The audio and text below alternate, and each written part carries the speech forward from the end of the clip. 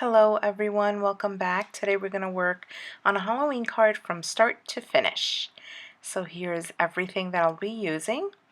I have a blending brush I purchased on Amazon. It was a pack of 10. I have my Simon Hurley ink in the color Crown Me, that beautiful purple that I love. I have my Versamark ink because you guessed it, I'll be embossing. I'm using black embossing powder as well as gold embossing powder. And I have my handy dandy sock filled with baby powder.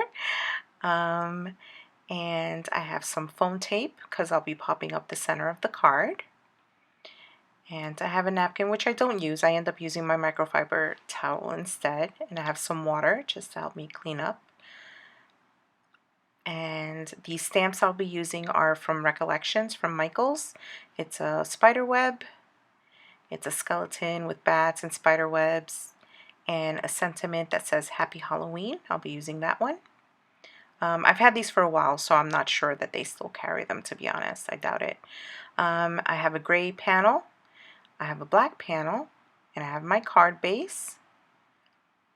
And we're going to start working with the gray panel. I'm also going to be using my Misty, which I'll show you here in a second.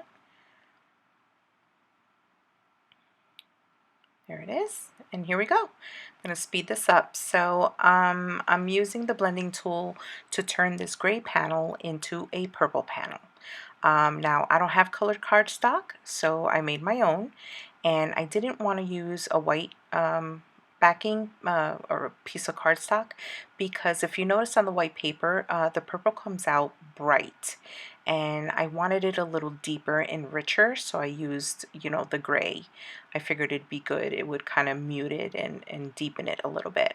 So I'm just coloring the cardstock. That's it. I'm making a purple background. So I'm going to set that aside to dry, and then we're going to work on the black panel, which is I cut it down to 4 by 5 1/4 so it could fit on my base with a little bit of an edging. And I'm going to start with the spider web. And boy, these were stuck on there. I had to pull them apart. Like I said, I've never used them. I've had them for a while, but wow, they were stuck on there. I think it's just because it's cheap. It's not like quality, but hey, work with what you got.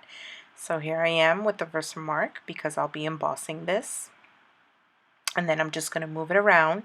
I kind of want to fill all the edges all the way around with the spider web. All except a little portion on the bottom where I'll be putting my sentiment. So I'm just moving this around and stamping it with the Versamark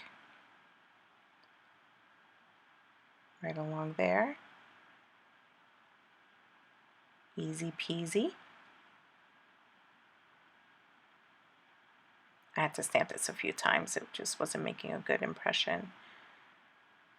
And I end up cleaning it off, but I left it in here. I didn't edit it out. I forgot that top part. I'll show you here. I put down my card again, and then I position it up there. So I'm just leaving the bottom without any webs because that's where the sentiment's going to go. And it's all good to go. Now we're going to emboss and make a mess. You know it. I have a love-hate relationship with embossing powder, I swear. But this came out really cool, so I was happy with it. And if you notice, I didn't use my sock, which I realized when I was going to put the embossing powder, so I was very careful not to like just spill it onto the card panel and, try to shake it off. I was very careful to keep it where the Versamark had printed. So I just clean off, and here we go, embossing with the heating tool. This is really cool. I like this effect. The gold on the black just really pops. And you'll see when I put the whole card together, I think it was pretty cool. It came together well. And it's simple. Nothing too complicated.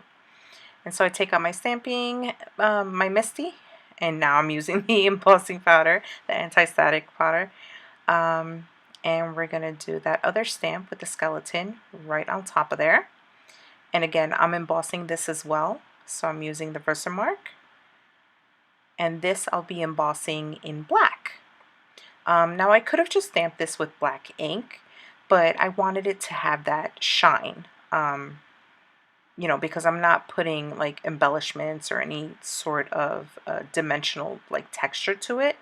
So I wanted, you know, the shine to kind of really be the spotlight of this card. So here I go with the black embossing powder, spilling it all over the place, making a mess, of course.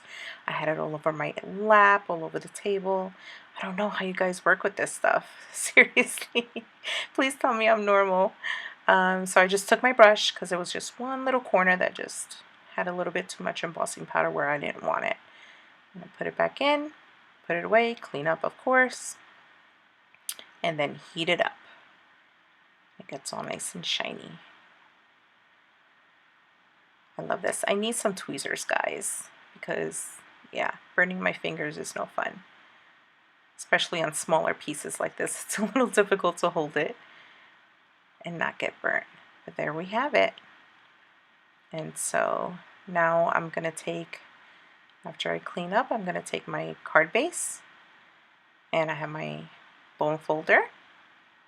And then it didn't quite line up right, so I fixed it real quick and went back over it with the bone folder.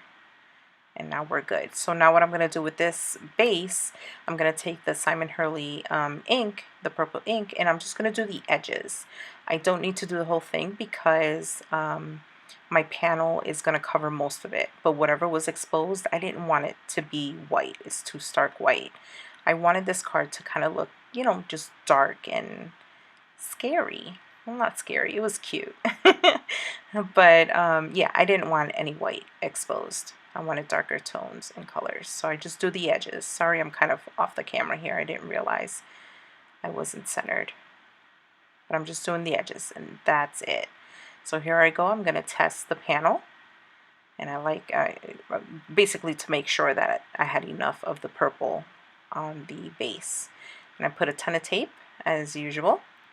And I'm just eyeballing it, just kind of centering it. And just place it down. Smush it down. And then I realized I didn't do my sentiment, which is something that I probably should have done while I had it in the Misty. Because I'm embossing it in the gold as well. So I could have done this all in one shot. So that was a boo-boo on my end. But I'm going to fix it now. And again, I did not use my anti-static. So I had to pull out my brush and do a little cleanup, some maintenance. Yeah, I'll get this down, guys, someday. I'm trying. So I just clean up the edges, no big deal. It worked out just fine. And then I take and put away the gold. This one wasn't too much of a mess, so I'm proud. Then again, I didn't use very much. So here's the heat tool. And we're good to go on that. And now I take my other panel and I'm going to use the foam tape because I want this to pop up a little bit off of the back panel. So I'm just going to put foam tape all around the corners, and then I put one piece down the center just so it doesn't kind of sag when I put it on the card. Just like that. And then I take one more piece just to give it stability in the center and it doesn't collapse on me. I take my little pokey tool and I'm just ripping off the paper, the backing paper, and I'm going to try to center it as best as I can, eyeballing it again. And there we have it, guys. That's it. That's the card. Happy Halloween. I'm proud of it. I hope you enjoyed. Thank you guys again for watching, and please subscribe if you haven't. And for those that have subscribed, thank you so much. I'll see you in the next one.